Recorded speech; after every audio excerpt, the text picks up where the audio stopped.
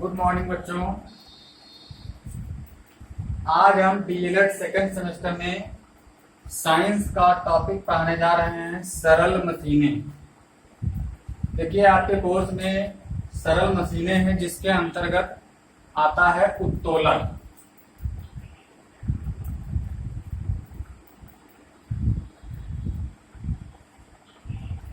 सरल मशीनें यह एक ऐसा यंत्र है जिसके माध्यम से हम किसी भी कार्य को आसानी से कर सकते हैं, या कह सकते हैं कि जो सरल मशीनें हैं ये किसी काम को आसान बनाती हैं। अब इसके अंतर्गत हम पढ़ेंगे उत्तोलक।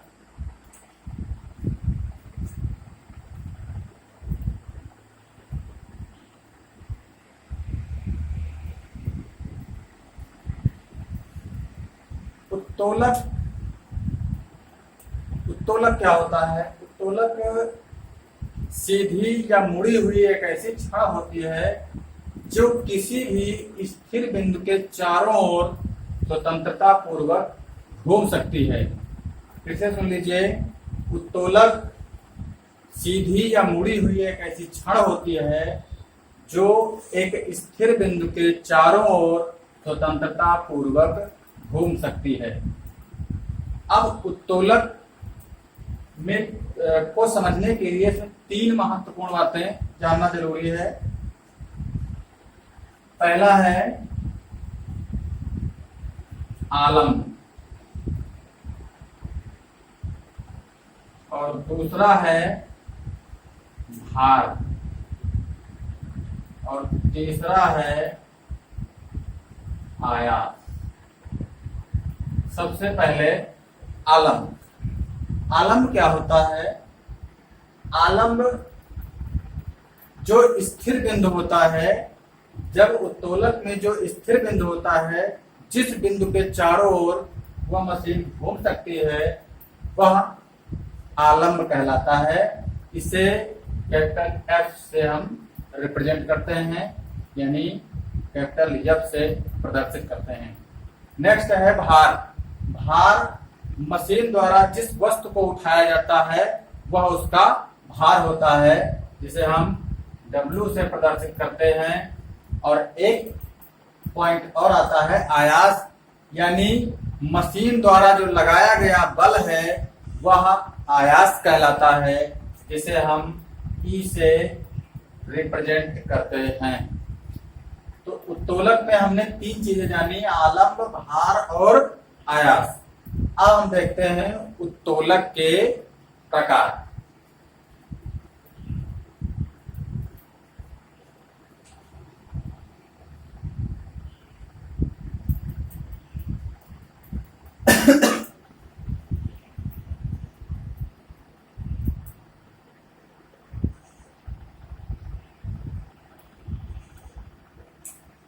उत्तोलक तीन प्रकार के होते हैं।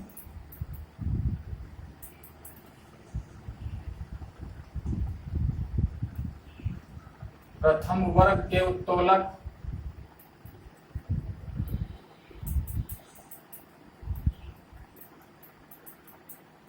द्वितीय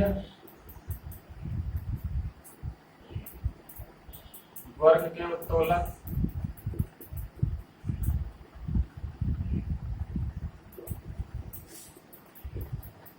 तृतीय वर्ग के उत्तोलक। उत्तोलक तीन प्रकार के, प्रथम वर्ग के उत्तोलक, द्वितीय वर्ग के उत्तोलक और तृतीय वर्ग के उत्तोलक। प्रथम वर्ग में कौन से उत्तोलक आते हैं? सबसे पहले हम ये जानते हैं, प्रथम वर्ग में अभी हमने बताया, तीन हमने पॉइंट बताए। एक तो आलम्ब, दूसरा है भार और तीसरा है आयास।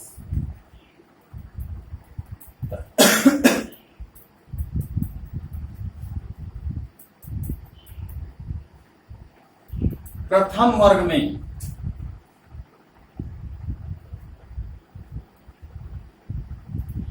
बस ध्यान दीजिए, प्रथम वर्ग के जो उत्तोलक होते हैं उनमें आलम्ब भार और आयास के बीच में होता है।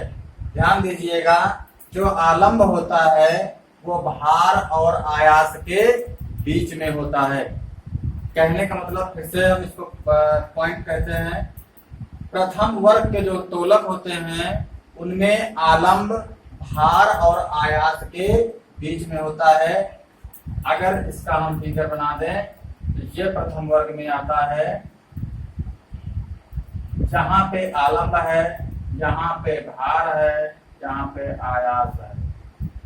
कहने का मतलब आलम्ब और भार के बीच में, आयास और भार के बीच में आलम्ब होता है। ये प्रथम वर्ग के उत्तोलक हैं। एक चीज और है, इनका यांत्रिक लाभ। तो यांत्रिक लाभ, थोड़ा सा यांत्रिक लाभ बता रहे हैं।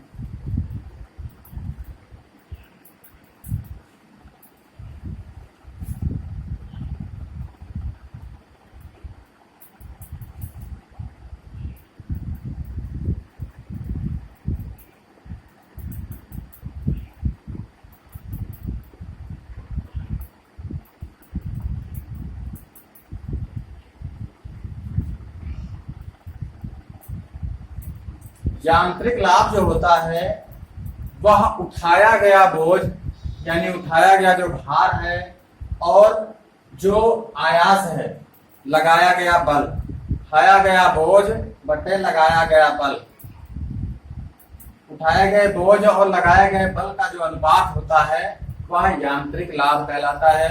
यांत्रिक लाभ जो प्रथम वर्ग का उत्तोलक होता है, इनका जो यांत्रिक लाभ होता है 1 से कम, 1 से अधिक या 1 के बराबर भी हो सकता है। यानी इनका जो यांत्रिक लाभ है, प्रथम वर्ग का जो यांत्रिक लाभ है 1 से अधिक, 1 के बराबर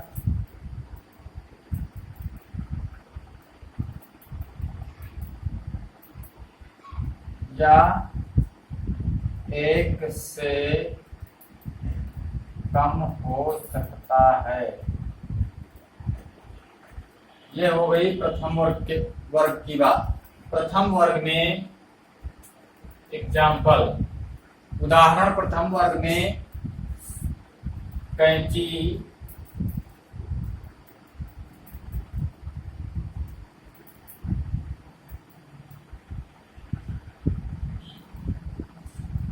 भौतिक तुला, बच्चों के झूलने का तख्ता, ये प्रथम वर्ग के उत्तोलक के उदाहरण हैं। तो प्रथम वर्ग के उत्तोलक हमने क्या जाना, प्रथम वर्ग का उत्तोलक जो होता है उनमें आलम्ब भार और आयास के बीच में होता है। इनका यांत्रिक लाभ 1 से अधिक, 1 के बराबर या 1 से कम हो सकता है। इनके एग्जाम्पल हैं कैंची, तुला या फिर बच्चों के झूलने का तख्ता। नेक्स्ट,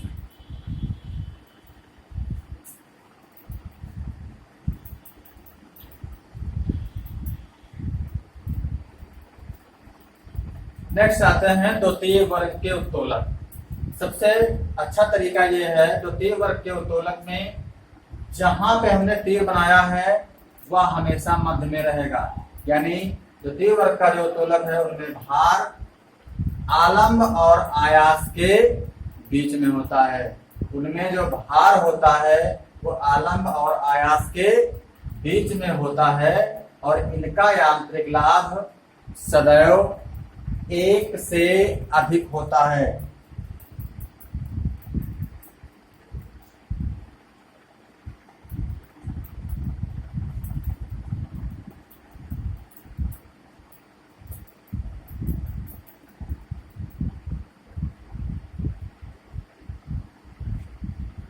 ये जो भार W है वो आयास E और आलम्ब F के बीच में यहाँ पे दर्शाया गया है द्वितीय वर्ग के उत्तोलक में। और इनका जो यांत्रिक लाभ है, इस यांत्रिक लाभ है ये दूसरे वर्ग में ये 1 से अधिक होता है। एक से अधिक होता है, ये द्वितीय वर्ग का उत्तोलक है।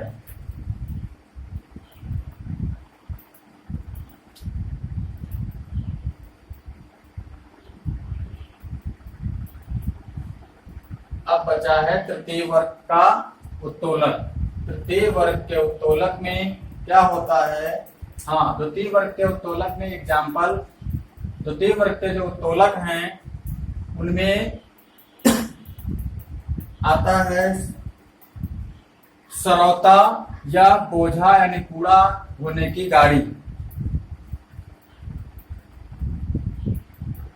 तो टी में आता है सरौता या कूड़ा गाड़ी।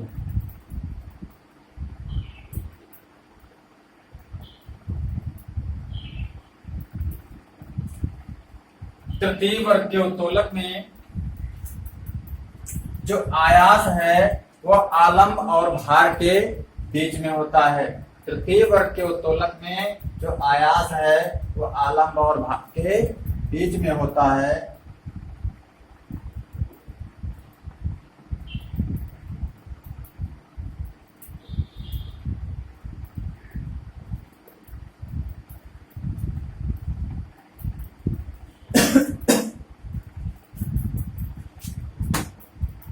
इनका जो यांत्रिक लाभ है, इनका जो यांत्रिक लाभ है सदैव 1 से कम होता है। इनका यांत्रिक लाभ सदैव 1 से कम होता है। और इनके उदाहरण हैं, तृतीय वर्ग के उदाहरण हैं सरौता, मनुष्य का हाथ, हाथ की कोहनी, या मनुष्य का हाथ भी लिख सकते हो।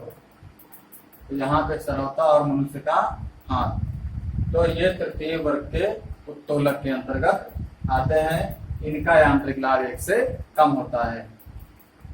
तो फिर मिलेंगे नेक्स्ट टॉपिक के साथ में, तब तक के लिए नमस्कार।